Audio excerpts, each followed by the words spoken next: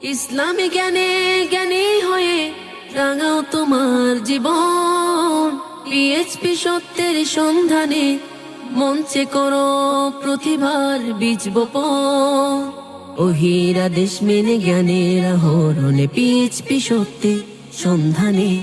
ওহির আদেশ মেনে জ্ঞানের আহরণে পিএইচপি সত্যের সন্ধানে। আসসালামু আলাইকুম ওয়া রাহমাতুল্লাহি ওয়া বারাকাতুহু। নাহমাদুহু ওয়া নুসাল্লি ওয়া নুসাল্লিমু আলা রাসূলিহিল কারীম। আম্মা বাদ। কাছের দূরের দেশ কিংবা প্রবাসের যা যেখান থেকে আমাদেরকে দেখছেন সবাইকে স্বাগত জানাচ্ছি পিএইচপি ফ্যামিলি নিবেদিত পিএইচপি সত্যের সন্ধানে ইসলামিক জ্ঞান প্রতিযোগিতা 2025-এর আজকের এই পর্ব থেকে। আমাদের সাথে টাইটেল স্পন্সর হিসেবে আছে PHP Family powered by Gentle park.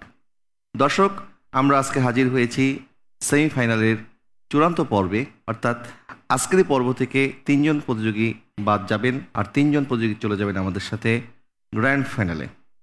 Grand ফাইনালে কোন 3 জন প্রতিযোগী আমাদের সাথে থাকছেন সেটি জানবো। তবে আসুন আমরা আগে পরিচিত হয়ে নেই আমাদের আজকের এই 6 জন প্রতিযোগীর সাথে। আসসালামু আলাইকুম ওয়া রাহমাতুল্লাহ। ওয়ালাইকুম আসসালাম ওয়া রাহমাতুল্লাহি ওয়া বারাকাতুহু। কেমন আছেন সবাই? আলহামদুলিল্লাহ। আশা করছি আপনারা ভালোভাবে প্রস্তুত হয়ে এসেছেন। গত পর্বে আমরা দেখেছি আপনারা প্রত্যেকে খুব হাড্ডাহাড্ডি লড়াই করেছেন, কেউ কাউকে ছাড় দিতে রাজি না, প্রত্যেকে খুব কাছাকাছি নাম্বার পেয়েছেন। এই পর্বে কি হয় আল্লাহ পাকই ভালো জানে। দর্শক, আমি শুরু করছি আমাদের আজকের এই পর্ব। আজকের এই পর্বে 3টি সেগমেন্ট থাকছে, জ্ঞানের জ্যোতি, মদিনার সুর এবং বেল বাটন সেগমেন্ট। শুরু করছি জ্ঞানের জ্যোতি সেগমেন্ট। পিএইচপি সত্যের সন্ধানে। আশা করছি আপনারা সবাই ভালো প্রস্তুত হয়ে এসেছেন এবং সঠিক উত্তরটি দেওয়ার জন্য সবাই প্রস্তুত আছেন।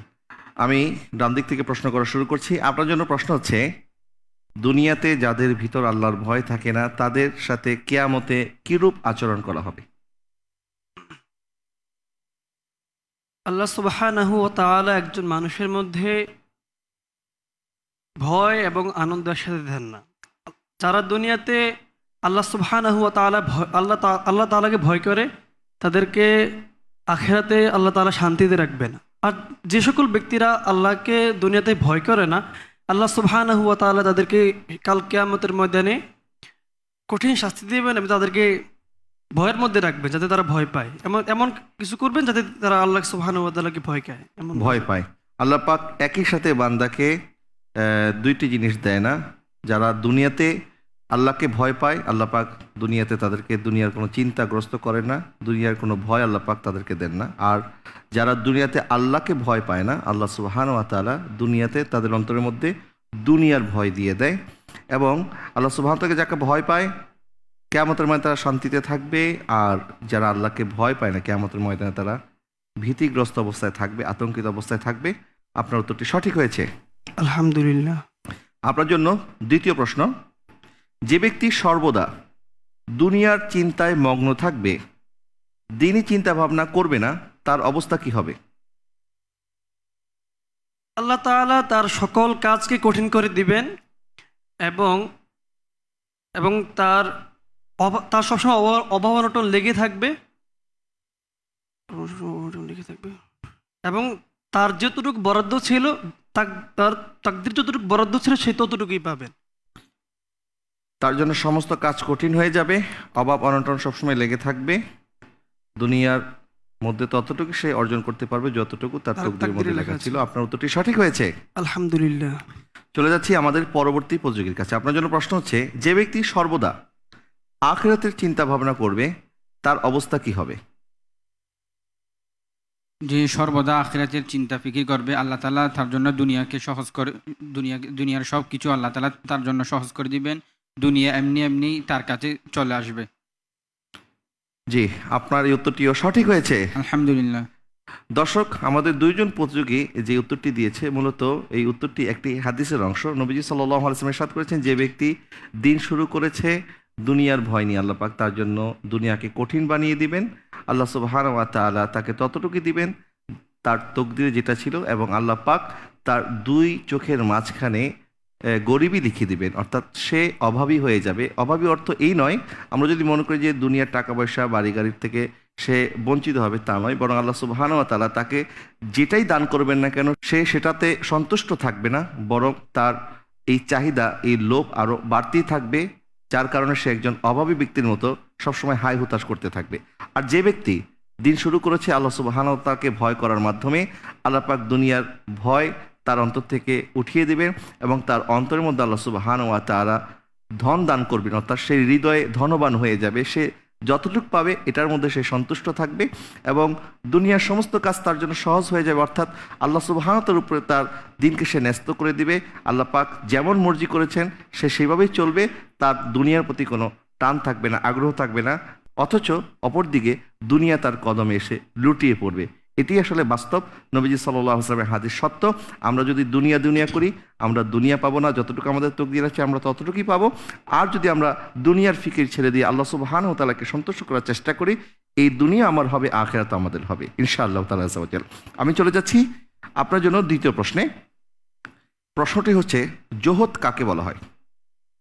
জুহুদ বলা হয় দুনিয়ার মায়া, দুনিয়ার বিষয় বিষয় বিষয় যা আছে তা ত্যাগ করে একনিষ্ঠভাবে আল্লাহর জন্য কিছু একনিষ্ঠভাবে আল্লাহর ইবাদত করাকে, একনিষ্ঠভাবে আল্লাহর ইবাদত করাকে, পাশাপাশি দুনিয়ার যে সমস্ত বিষয় আছে এগুলো বাদ দিয়ে সমস্ত কিছু থেকে নিজেকে অমুখাপেক্ষী হয়ে সম্পূর্ণ আল্লাহর দিকে মনোনিবেশ করে, সেটি হচ্ছে জুহুদ। আর যারা জুহুদ করে তাদেরকে কি বলা হয়? আর যারা জুহুদ করে তাদেরকে জাহেদ বলা হয়। যারা জুহুদ করে তাদেরকে জাহেদ বলা হয়। আপনার উত্তরটি সঠিক হয়েছে, আলহামদুলিল্লাহ। চলে যাচ্ছি পরবর্তী প্রতিযোগীর কাছে। আপনার জন্য প্রথম প্রশ্ন, আল্লাহর ভয় রাখার সর্বোচ্চ স্তর কি? হুজুর, প্রশ্নটি আবার আল্লাহকে ভয় করার সর্বোচ্চ স্তর কি? আল্লাহকে ভয় করার সর্বোচ্চ স্তর হচ্ছে তাকওয়া। তাকওয়া, সেটি কিভাবে? তাকওয়া তো অবশ্যই, তাকওয়া আল্লাহর ভয়ের নামই হচ্ছে তাকওয়া। সেই তাকওয়ার সর্বোচ্চ স্তর কি? তাকওয়ার সর্বোচ্চ স্তর হচ্ছে আল্লাহকে এমনভাবে ভয় করবে যে যে আল্লাহ আমাকে দেখতেছেন, আমি আল্লাহকে দেখতেছি, আল্লাহ আমাকে দেখছেন, আমি আল্লাহকে দেখছি। হাদিস শরীফে এসেছে, তুমি এমনভাবে একনিষ্ঠভাবে ইবাদত করো যেন তুমি আল্লাহকে দেখছো। আর যদি তুমি আল্লাহকে দেখতে না পাও তাহলে জেনে রাখো আল্লাহ তোমাকে দেখছেন। আর সেটিকে কি বলা হয়? এটাকে উত্তম তাকওয়া বলে, এরকম সেটাকে ইহসান বলা হয়। ইহসান বলে। আপনি সঠিক উত্তরটি বলেছেন, তবে সঠিক শব্দটি আপনি ব্যবহার করতে পারেননি। সেটিকে বলা হয় ইহসান। আর ইহসান হচ্ছে আল্লাহকে ভয় করার সর্বোচ্চ স্তর। আপনি ইহসান শব্দটি যদি বলতে পারতেন 5 নম্বর পরিপূর্ণ দেওয়া হতো, আপনাকে 4 নম্বর দেওয়া হচ্ছে। আপনার জন্য দ্বিতীয় প্রশ্ন, যে ব্যক্তি দুনিয়ায় আরাম আয়েশের জিন্দেগি অতিবাহিত করে এবং আশা করে শয়তানের শয়তানি থেকে সে বেঁচে থাকতে পারবে, এমন ব্যক্তি সম্পর্কে ইমাম গাজ্জালী রহমাতুল্লাহি আলাইহি কি বলেছেন? এমন ব্যক্তি সম্পর্কে ইমাম গাজালি বলেছেন, যে ব্যক্তি দুনিয়াবি এই মায়ার আসক্ত থাকে এবং কিয়ামতে এই জান্নাতের আশা করে, সে ব্যক্তির বিষয়টা এরকম হচ্ছে যে তুমি মধুর মধ্যে ভেজাল মিশিয়ে রাখো, কিন্তু এই মধু এই মৌমাছি মধুর কাছে আসবে সেটা আশা করো। মধুর মধ্যে ভেজাল মিশিয়ে মৌমাছি মধুর কাছে আসবে সেটা আশা করো। মধুর মধ্যে ভেজাল রাখিয়ে নয়, বরং কেউ যদি মধুর বাজার বসিয়ে মধুর বাজার বসে এটা আশা করে যে সেখানে মৌমাছি আসবে না, যেমনটা অসম্ভব, ঠিক একইভাবে দুনিয়ার আরাম আয়েশে জিন্দেগি অতিবাহিত করে শয়তানের ধোঁকা থেকে বেঁচে থাকতে পারবে, সেটিও আশা করা একই রকম বোকামি। আপনি এটাও খুব কাছাকাছি বলেছেন, কিন্তু আপনি গুলিয়ে ফেলছেন কেন? আসলে কি হয়েছে বলেন তো? নার্ভাস ফিল আমি, কিন্তু উত্তর আমি সঠিক উত্তর আপনার সঠিক জানা আছে, সেটা আপনার উত্তরই বোঝা যাচ্ছে, কিন্তু আপনি সঠিকভাবে বলতে পারছেন না কেন? কারণ আমাদের টিভি সেটের সামনে যারা বসে আছেন তারা তো পরিপূর্ণভাবে আপনার উত্তরটি বুঝতে পারছেন আপনি আসলে কি বোঝাতে চাচ্ছেন। মুখের জড়তার জন্য মুখে জড়তার জন্য আসছে না। উত্তরটি হচ্ছে, কেউ মধুর বাজার বসিয়েছে কিন্তু এটা আশা করলো যে এখানে মৌমাছি আসবে না। এটা যেমন অসম্ভব, কেউ দুনিয়ার আরামায়েশে লিপ্ত আর আশা করছে সে শয়তানের ওয়াসওয়াসা থেকে বেঁচে থাকবে, শয়তানের ধোঁকা থেকে বেঁচে থাকবে, এটাও সেরকম অসম্ভব। আপনার এই উত্তরটি সঠিক হয়েছে, আলহামদুলিল্লাহ। চলে যাচ্ছি পরের প্রতিযোগীর কাছে। আপনার জন্য প্রশ্ন হচ্ছে, তাকওয়ার 3টি স্তর কি কি?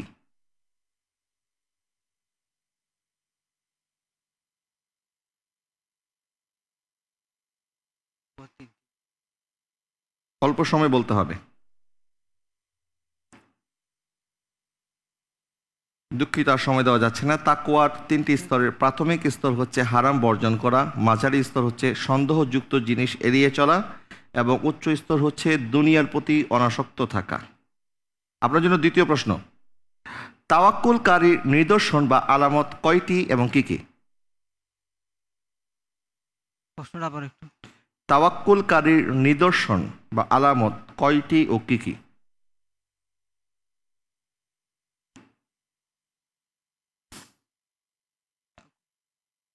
তিনটি। কি কি? অর্থাৎ তাওয়াক্কুলকারী, অর্থাৎ ওনার কাছে যা আসবে উনি কেউ যদি ওনাকে কিছু দেয় তাহলে সেটা নিয়ে সন্তুষ্ট থাকবে। জি। আর যদি উনি সবসময় আল্লাহর উপর তাওয়াক্কুল থাকবে এবং দুনিয়ার বিপরীত থাকবে। জি। আর 3 নম্বর হচ্ছে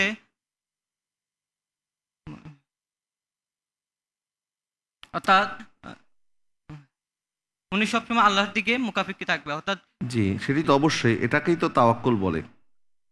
সেটির আলামত কি? আল্লাহর উপরে ভরসা করার নামই হচ্ছে তাওয়াক্কুল। তাওয়াক্কুলকারীর নিদর্শন 3টি, আপনি সঠিকভাবে বলেছেন। একটি সঠিকভাবে আপনি বলতে পেরেছেন। প্রথমটি হচ্ছে যদি কোনো সম্পদ তার কাছে চলে আসে তাহলে সেটি সে জমা রাখে না, অর্থাৎ সম্পদের উপরে ভরসা করে না, আল্লাহর উপরে ভরসা করে। কোনো কিছু পাওয়ার আশা থাকে না। আবার কেউ যদি তাকে কোনো কিছু দেয় তাহলেও সেটি গ্রহণ করতে উনি নিষেধ করেন না। আপনি 3টি বলেছেন এবং একটি উত্তর সঠিক বলেছেন, এই জন্য আপনাকে 2 নাম্বার দেওয়া হচ্ছে। চলে যাচ্ছি পরের প্রতিযোগীর কাছে। আপনার জন্য প্রশ্ন হচ্ছে, কোন রোগ থেকে আরোগ্য লাভ করা সবচেয়ে কঠিন?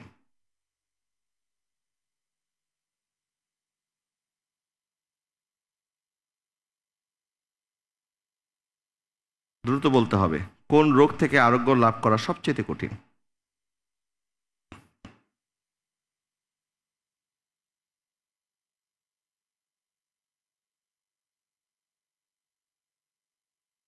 দুঃখিত, আপনাকে আর সময় দেওয়া যাচ্ছে না।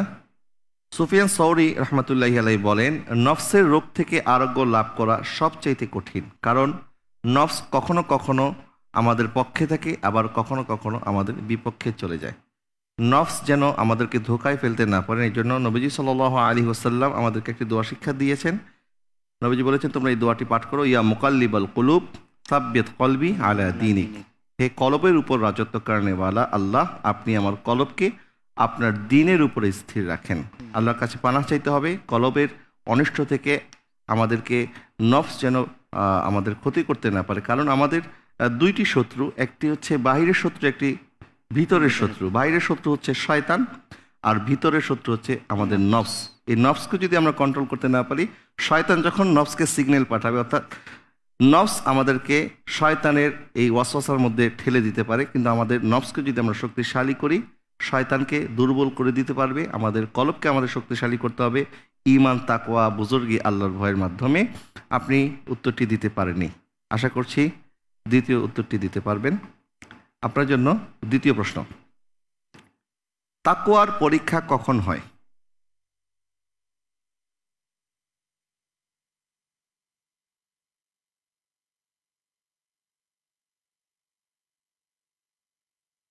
আপনি দ্বিতীয় উত্তরটিও দিতে পারছেন না।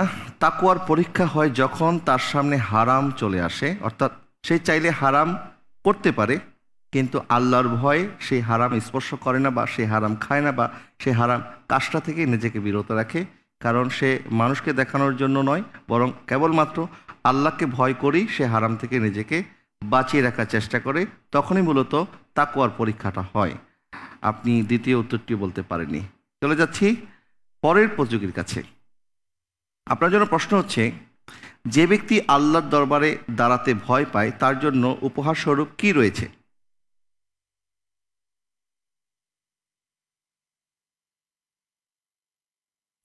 আলহামদুলিল্লাহ, যে ব্যক্তি আল্লাহর দরবারে দাঁড়াতে ভয় পায়, আল্লাহ রব্বুল আলামিন তার ব্যাপারে আল্লাহর ঘোষণা হচ্ছে, ওয়ালিমান খাফা মাকামা রাব্বিহি জান্নাতান, তাকে আল্লাহ তাআলা 2টি জান্নাত দান করবেন। ওয়ালিমান খাফা মাকামা রাব্বিহি জান্নাতান, আল্লাহ পাকের সামনে যারা দাঁড়াতে ভয় পায় আল্লাহ পাক তাদেরকে 2টি জান্নাত দান করবে। আপনার উত্তরটি সঠিক হয়েছে, আলহামদুলিল্লাহ, মাশাআল্লাহ। আপনার জন্য দ্বিতীয় প্রশ্ন, কিয়ামতের ময়দানে আল্লাহ সুবহানাহু ওয়া তাআলা বান্দাকে কয়টি প্রশ্ন করবেন এবং কি প্রশ্ন করবেন? কিয়ামতের ময়দানে সকল বিষয়ে প্রশ্ন করা হবে, এমনকি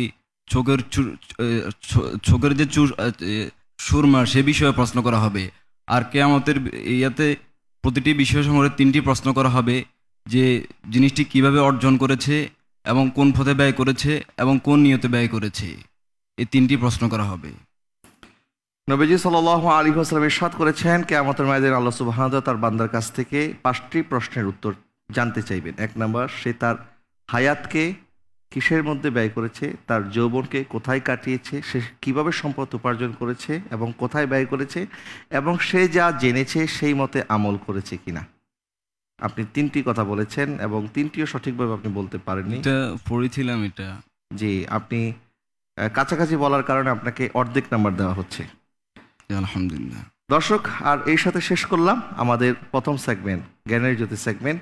আশা করছি যারা এই সেগমেন্টে একটু খারাপ করেছেন, অর্থাৎ জবাব দিতে পারেনি, আপনাদের কাছে এখনও 2টি সেগমেন্ট বাকি আছে।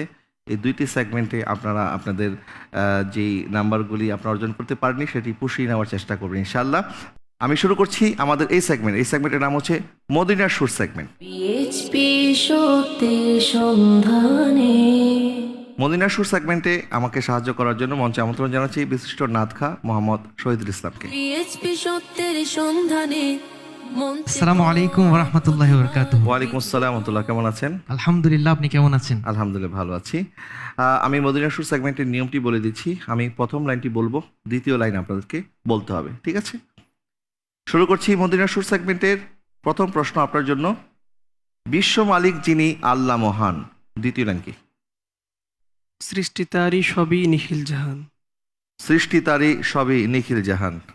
বিশ্ব মালিক যিনি আল্লাহ মহান, সৃষ্টি তারি সবই নিখিল জাহান, নিখিল জাহান। আল্লাহ আল্লাহ রবে সবে দিওয়ানা, আল্লাহ আল্লাহ রবে সবে দিওয়ানা। প্রভুর প্রেমে মন সারা দাও না। আপনার উত্তরটি সঠিক হয়েছে, আলহামদুলিল্লাহ। মাশাআল্লাহ। পরবর্তী প্রতিযোগী আপনার জন্য প্রথম লাইনটি বলে দিচ্ছি। নূর নবীজি তাশরিফ এনে সিজদাতে পড়েছে। গুনাহগার উম্মতের জন্য নুরানি দুহাত তুলেছে। নূরে নবীজি তশরিফ এনে সিজদাতে পড়েছে, গুনাহগার উম্মতের তরে নূরানি হাত তুলেছে। সারা জীবন কেঁদেছে, আজ তিনি কাঁদছে। কোরআন হাদিস পড়ে দেখো এই প্রমাণ রয়েছে। আসসালাতু আসসালামু আলাইকা ইয়া রাসূলুল্লাহ, আসসালাতু আসসালামু আলাইকা ইয়া হাবিবাল্লাহ, আসসালাতু আসসালামু আলাইকা ইয়া রাসূলুল্লাহ, আসসালাতু আসসালামু আলাইকা ইয়া হাবিবাল্লাহ। গুনাহগার উম্মতের তরে নুরানি হাত তুলেছে। আপনি তরেটি বলেননি, এই জায়গায় অন্য একটি শব্দ বলেছেন, তারপর আমরা আপনাকে পূর্ণ নাম্বার দিচ্ছি। আলহামদুলিল্লাহ। চলে যাচ্ছি পরের প্রতিযোগী আপনার জন্য। প্রথম লাইনটি আমি বলছি। আহমদ হে মোহাম্মদ হে ওয়াহি খাতমে রসুল হে। मखदूम में रब्बी है वालिय कुल है। আবার একটু বলেন। मखदूम मुरब्बी है वालिय कुल है। মখদুমে মুরব बी है वालिय कुल है। ওয়াহি ওয়ালিয়ে কুল হে। জি, আপনি একটু পড়েন। अहमद है मोहम्मद है वही खत्म रसुल है, मखदूम मुराबी है वही वाली कुल है। उस पर ही नजर, उस पर ही नजर सारे जमाने की लगी है। वो मेरा नबी मेरा नबी मेरा नबी है। वो मेरा नबी मेरा नबी मेरा नबी আপনার উত্তরটি, যদিও কিছু শব্দ আপনি মিস করেছেন, একটি শব্দ মিস করেছেন, তারপরও আপনাকে পূর্ণ নম্বর দেওয়া হচ্ছে। আলহামদুলিল্লাহ। চলে যাচ্ছি পরের প্রতিযোগীর কাছে। আপনার জন্য প্রথম লাইনটা আমি বলে দিচ্ছি। ফুল খিলতে হে পর কে সল্লে আলা। फूल खिलते हैं पर सल्ले अला मोहम्मद। জি, फूल खिलते हैं पर सल्ले अला मोहम्मद।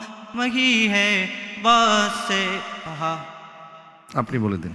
फूल खिलते हैं पड़ के सल्ले अला, फूल खिलते हैं पड़ के सल्ले अला, झूम करके गे रही है ये बागे सबा, ऐसी खुशबू चमन के गुलों में कहाँ, ऐसी खुशबू चमन के गुलों में कहाँ, जो नबी के पसीने में मौजूद है, हमने आँखों से देखा नहीं है मगर, हमने आँखों से देखा नहीं है मगर, उनकी तस्वीर सीने में मौजूद है, जिसने लाकर कलामे इलाही दिया, जिसने लाकर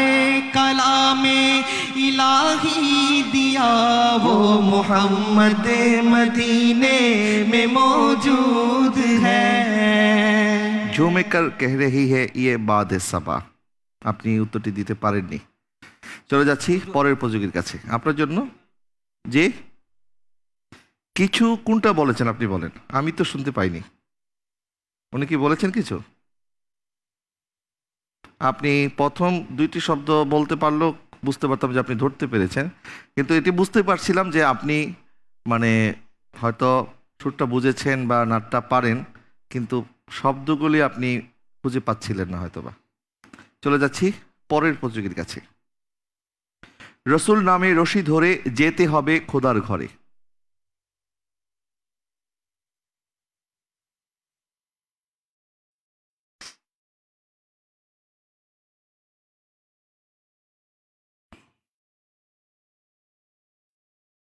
জি বলুন।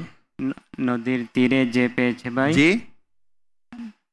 নদীর তীরে যে পেয়েছে ভাই, নদীর তীরে যে পেয়েছে ভাই। তারপর নদীর তীরে যে পেয়েছে ভাই,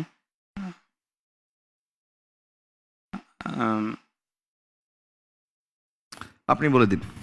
रसूल नामे रोशी धरे जेते होबे खुदार घरे, नदी तरंगे जे पड़ेছে ভাই, নদী তরঙ্গে যে পড়েছে ভাই, দরিয়াতে সে अपनी में से हजरत के ভালোবেসে, আল্লাহকে যে পাইতে চায়, হযরতকে ভালোবেসে, আরশ কুরসি লৌহ কলম না চাহিতে পেয়েছে সে। আপনি নদীর তীরে যে পড়েছে ভাই বলেছিলেন মনে হয়, তাই না? দ্বিতীয় লাইনটি পরিপূর্ণ হচ্ছে নদী তরঙ্গে যে পড়েছে ভাই, দরিয়াতে সে আপনি মিশে। আপনি কিছু অংশ বলতে পেরেছেন, এই জন্য আপনাকে 1 নম্বর দেওয়া হচ্ছে।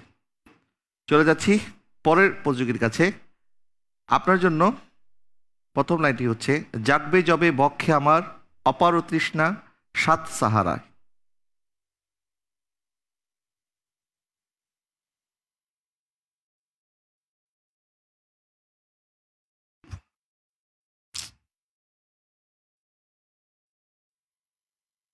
পারছেন না? মানে 7 সাগরের পানি পান করা নবীজি। হয়নি, সঠিক উত্তরটি আপনি একটু বলবেন। জাগবে যবে বক্ষে আমার অপারে তৃষ্ণা সত্যে সাহারা, জানি ধরিবে তোলে কণ্ঠে আমার কাউসারের বিয়ালা, নবী কমলিওয়ালা, দুঃখের দিনের দরদি মোর নবী কমলিওয়ালা, নবী কমলিওয়ালা। উত্তরটি হয়নি। কি আপনি সঠিক উত্তরটি বলতে পারেননি, এই জন্য কোনো নাম্বার পাচ্ছেন না। শাহির মোহাম্মদ শহীদুল ইসলাম, আপনাকে অনেক অনেক ধন্যবাদ আমাদেরকে সময় দেওয়ার জন্য। আসসালামু আলাইকুম রহমতুল্লাহ। ওয়ালাইকুম আসসালাম। পিএইচপি সত্যের সন্ধানে মঞ্চে করো প্রতিভার বীজ বপন। আমরা দুইটি সেগমেন্ট শেষ করে ফেলেছি।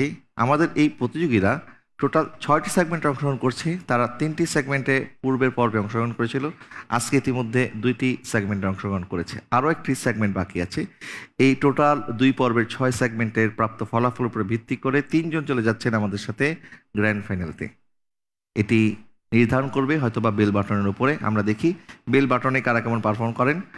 আশা করছি আপনারা সবাই প্রস্তুত আছেন। শুরু করছি বেল বাটন সেগমেন্ট। পিএইচপি সত্যের সন্ধানে। বেল বাটন সেগমেন্টের নিয়ম আমি বলে দিচ্ছি আপনাদেরকে। এই সেগমেন্টে আমি 6টি প্রশ্ন করব, মনোযোগের সাথে শুনতে হবে। এই 6টি প্রশ্ন যখন আমি করা শুরু করব, আমি যখন প্রশ্ন করা শুরু করব, আমি প্রশ্ন শেষ করার আগে কেউ যদি বাটনে প্রেস করে ফেলেন তাহলে আমি আর প্রশ্নটি সম্পূর্ণ বলবো না। আপনাদেরকে আগে প্রশ্নটি বলতে হবে, তারপরে আপনারা উত্তরটি বলবেন। এক্ষেত্রে উত্তর ভুল হলে আপনার 5 নাম্বার মাইনাস হবে, উত্তর সঠিক হলে আপনি পেয়ে যাবেন 5 নাম্বার। এবং আমাদের এখানে যে প্রশ্নটি করা আছে, যদি প্রশ্নটি শেষ হওয়ার আগেই আপনি প্রেস করেন তাহলে প্রশ্ন করার ক্ষেত্রেও যদি আপনি ভুল করেন সেক্ষেত্রে আপনার উত্তর সঠিক হলেও আপনার নাম্বার মাইনাস হবে, যেহেতু প্রশ্নটি আপনি বুঝতেই পারেননি। সেই জন্য আপনারা এই বিষয়টা খেয়াল রাখবেন। আপনার জন্য প্রথম প্রশ্ন, হযরত ওসমান রাদিয়াল্লাহু তাআলা আনহু রাসূল সাল্লাল্লাহু আলাইহি ওয়াসাল্লামের কত বছরের ছোট ছিলেন? জি, আপনি বলেন। হযরত ওসমান রাদিয়াল্লাহু তাআলা আনহু রাসূলুল্লাহ সাল্লাল্লাহু আলাইহি ওয়াসাল্লামের 6 বছরের ছোট ছিলেন। 6 বছরের ছোট ছিলেন, আপনার উত্তরটি সঠিক হয়েছে, আলহামদুলিল্লাহ।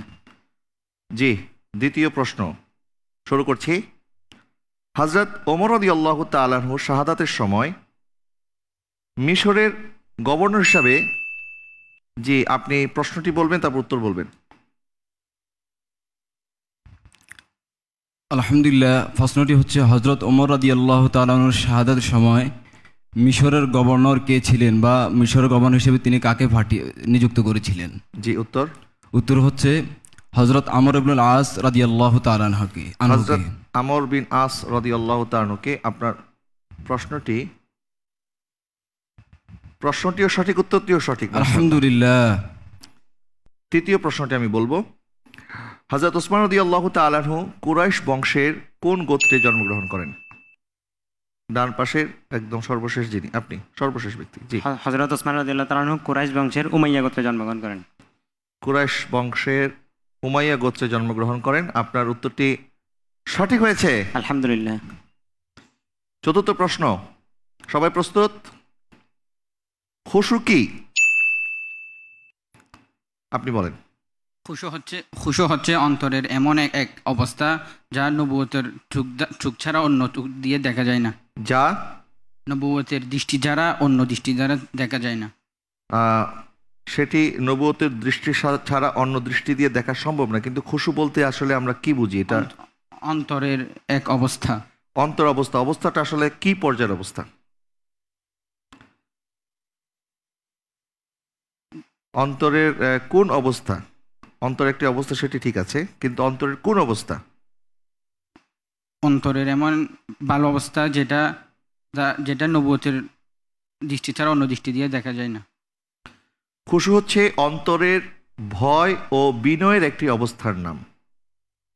বিনয়ের অবস্থা বলতে হতো, অন্তরের ভয়ের অবস্থা বলতে হতো, যেটি আল্লাহকে ভয় পাওয়ার মাধ্যমে অন্তর একটি বিনয় তৈরি হয়, আল্লাহর প্রতি তার একটি ভালোবাসা তৈরি হয়, এবং যা নবুতের দৃষ্টি ছাড়া অন্য কোনো দৃষ্টিতে দেখা সম্ভব না। আপনি এতটুকু সঠিক বলেছেন, কিন্তু অবস্থার কথাও বলেছেন, অন্তর অবস্থা, কিন্তু এটা যে বিনয়ের অবস্থা, কারণ আমরা জানি অন্তর তো বিভিন্ন ধরনের অবস্থা হতে পারে। খুশুটা এটার জন্য, খুশু হচ্ছে খুশুটা আল্লাহ বিনয়ের পাকের জন্য। প্রতি বিনয়, নম্রতা। বিনের জন্যই তো খুশুটা যায়। আর জি, সেটা তো আমাদের যারা দর্শক শ্রোতা, খুশু শব্দটা যে আরবি শব্দ, তো খুশু শব্দটার অর্থটা তো আপনাকে বাংলায় বলতে হতো। আপনি যদি খুশুকে আবার খুশু দিয়ে অর্থ করেন, তাহলে আমরা কিভাবে বুঝবো? আপনাকে তো জিজ্ঞাসা করা হয়েছে যেন আপনি অর্থটা ভেঙে বলেন। আপনি অর্থটা ভেঙে বলেননি, আপনি উত্তরের শেষাংশ সঠিক বলেছেন, এই জন্য আপনাকে নাম্বার দেওয়া হচ্ছে না, আপনার নাম্বার কাটাও যাচ্ছে না। আপনি যদি পরিপূর্ণ অন্তরের ভয় এবং বিনয়ের অবস্থা সম্পর্কে বিস্তারিত বলতে পারতেন, আপনাকে পরিপূর্ণ 5টি নাম্বার দেওয়া হতো। চলে যাচ্ছি। অর্ধেক নাম্বার, জি, অর্ধেক নাম্বার দিয়ে যায় না। আসলে বেল বাটন সেগমেন্টই তো এটি খুব সেন্সিটিভ একটি সেগমেন্ট। কারণ আপনি যদি আমি যদি এখন ধরে নিই যে আপনি উত্তর একদমই দেননি বা ভুল দিয়েছেন, সেক্ষেত্রে তো আপনার নাম্বার মাইনাস হয়ে যেত। আপনার নাম্বারটা আমরা মাইনাস করছি না, যেহেতু আপনি প্রশ্নটা ধরতে পেরেছেন, বুঝতে পেরেছেন, এবং প্রশ্নের উত্তরের একটি অংশ আপনি বলেছেন, কিন্তু মূল যেই কথাগুলি আমরা আপনার কাছ থেকে চেয়েছিলাম, অন্তরের বিনয়, আল্লাহর প্রতি তার যে নম্রতা, এই নম্র এবং বিনয়ের অবস্থাকেই খুশু বলা হয়। আপনি সেই উত্তরটা যদি অন্তত দিতে পারতেন, সেক্ষেত্রে আপনাকে পূর্ণ নাম্বার দেওয়া হতো। যাই হোক, আমি পরের প্রশ্নে চলে যাচ্ছি। পরের প্রশ্নটি হচ্ছে, রাসূল সাল্লাল্লাহু আলাইহি ওয়াসাল্লাম কোনো ফোঁড়া হলে তিনি তাতে, জি বাম পাশের শেষ জন আপনি বলেন, প্রশ্ন বলবেন আগে। রসুল্লাহ সাল্লাল্লাহু আলাইহি সাল্লামের শরীরে কোনো ফোঁড়া হলে তখন তিনি তাতে কি লাগাতেন বা কি ব্যবহার করতেন? জি, উত্তর হচ্ছে রসুল্লাহ সাল্লাল্লাহু আলাইহি সাল্লামের শরীরে যখন কোথাও যদি কোনো ফোঁড়া এরকম কিছু হতো, তখন তিনি মেহেদি লাগাতেন সেখানে। আপনার প্রশ্ন এবং উত্তর সঠিক হয়েছে, আলহামদুলিল্লাহ। সর্বশেষ প্রশ্ন, সবাই প্রস্তুত? আপনাদের জন্য সর্বশেষ প্রশ্ন হচ্ছে, রাসূল সাল্লাল্লাহু আলাইহি ওয়াসাল্লাম কোন ধরনের তোহফা আপনি প্রেস করেছেন বটে, বাট আমি কিন্তু পরিপূর্ণ প্রশ্নটি করতে পারিনি। এখান থেকে অনেক প্রশ্ন হওয়ার সম্ভাবনা আছে। রাসূল সাল্লাল্লাহু আলাইহি ওয়াসাল্লাম কোন ধরনের তোহফা বলেছি? সর্বশেষ প্রতিযোগী আপনি বলেন। রাসূলুল্লাহ সাল্লাল্লাহু আলাইহি ওয়াসাল্লাম কোন ধরনের তোহফা কখনো ফিরিয়ে দিতেন না? জি, উত্তর হচ্ছে হযরত আনাস বিন মালিক রাদিয়াল্লাহু তাআলা আনহুর সুগন্ধির তোহফা কখনো ফিরিয়ে দিতেন না। হযরত আনাস বিন মালিক রাদিয়াল্লাহু তাআলা আনহুর। আনাস বিন মালিক রাদিয়াল্লাহু তাআলা আনহু বর্ণনা করেন, রাসূল সাল্লাল্লাহু আলাইহি ওয়াসাল্লাম কি ফিরিয়ে দিতেন না? ওনার সুগন্ধির তোহফা। আনাস বিন মালিক রাদিয়াল্লাহু তাআলা বর্ণনা করেন, তিনি বলেন রাসূল সাল্লাল্লাহু আলাইহি ওয়াসাল্লাম সুগন্ধি তোহফা যখন দেওয়া হতো, তখন তিনি সেটি কখনো ফিরিয়ে দিতেন না। শুধুমাত্র আনাস বিন মালিকের তোহফাই যে নবীজি ফিরিয়ে দিতেন না, বিষয়টা এমন নয়। উনি বর্ণনা করেছেন যে হুজুর সাল্লাল্লাহু আলাইহি ওয়াসাল্লামকে কেউ যখন সুগন্ধি বা আতর হাদিয়া দিত, নবীজি কখনো সে আতরটি ফিরিয়ে দিতেন না, সুগন্ধি ফিরিয়ে দিতেন না। আপনার উত্তরের মধ্যে কিন্তু জটিলতা রয়ে গেছে, এই জন্য আপনাকে কোনো নাম্বারও দেওয়া হচ্ছে না, আপনার নাম্বার মাইনাসও হচ্ছে না। এর সাথে শেষ করলাম আমাদের এই সেগমেন্ট। দর্শক, আমি জানিয়ে দিচ্ছি আমাদের আজকের এই পর্বে, অর্থাৎ আজকের এই পর্বের 3টে সেগমেন্টে আমাদের প্রতিযোগীরা কারা কেমন ফল অর্জন করেছে। পিএইচপি সত্যি সন্ধানে মোহাম্মদ মিনহাজউদ্দিন তাসিম পেয়েছে 15 নম্বর, মোহাম্মদ মুজাহিদুল ইসলাম পেয়েছে 15 নম্বর, আবু বকর সিদ্দিক পেয়েছে 14 নম্বর, মোহাম্মদ ইব্রাহিম পেয়েছে 2 নম্বর, মোহাম্মদ বাহাউদ্দিন পেয়েছে 11 নম্বর, মোহাম্মদ সালে আহমদ পেয়েছে 17.5 নম্বর।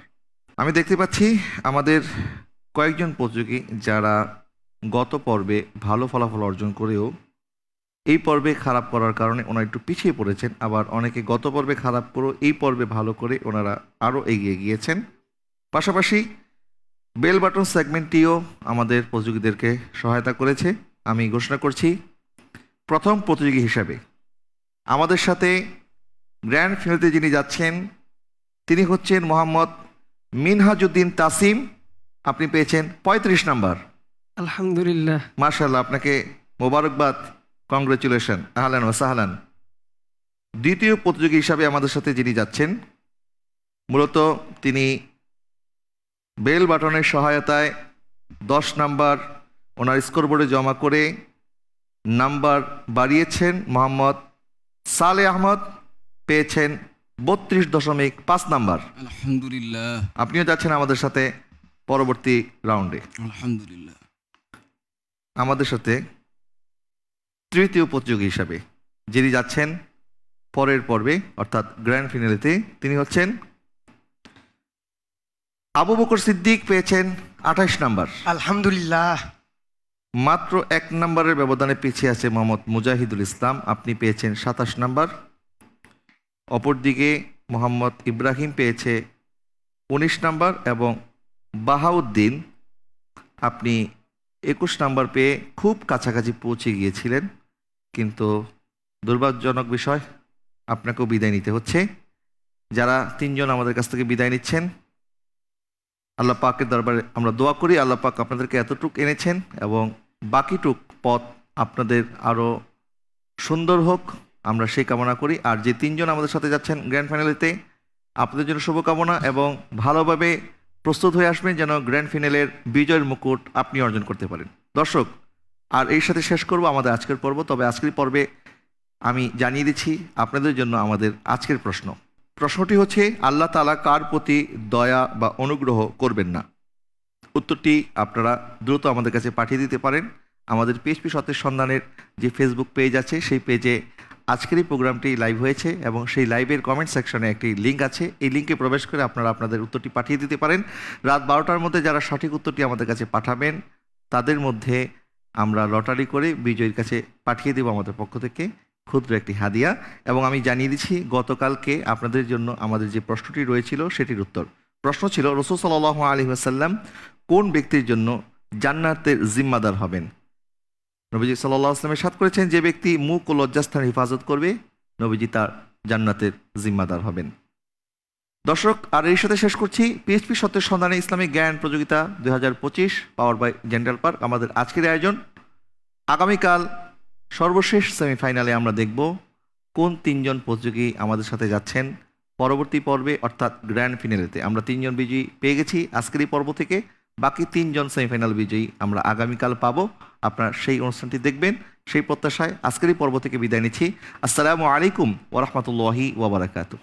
আঁকড়ে ধরো ইসলামের শাখা প্রশাখা মনে প্রাণে, ওহিরা দেশ মেনে জ্ঞানের আহরণে পিএইচপি সত্যে সন্ধানে, ওহিরা দেশ মেনে জ্ঞানের আহরণে পিএইচপি সত্যে সন্ধানে।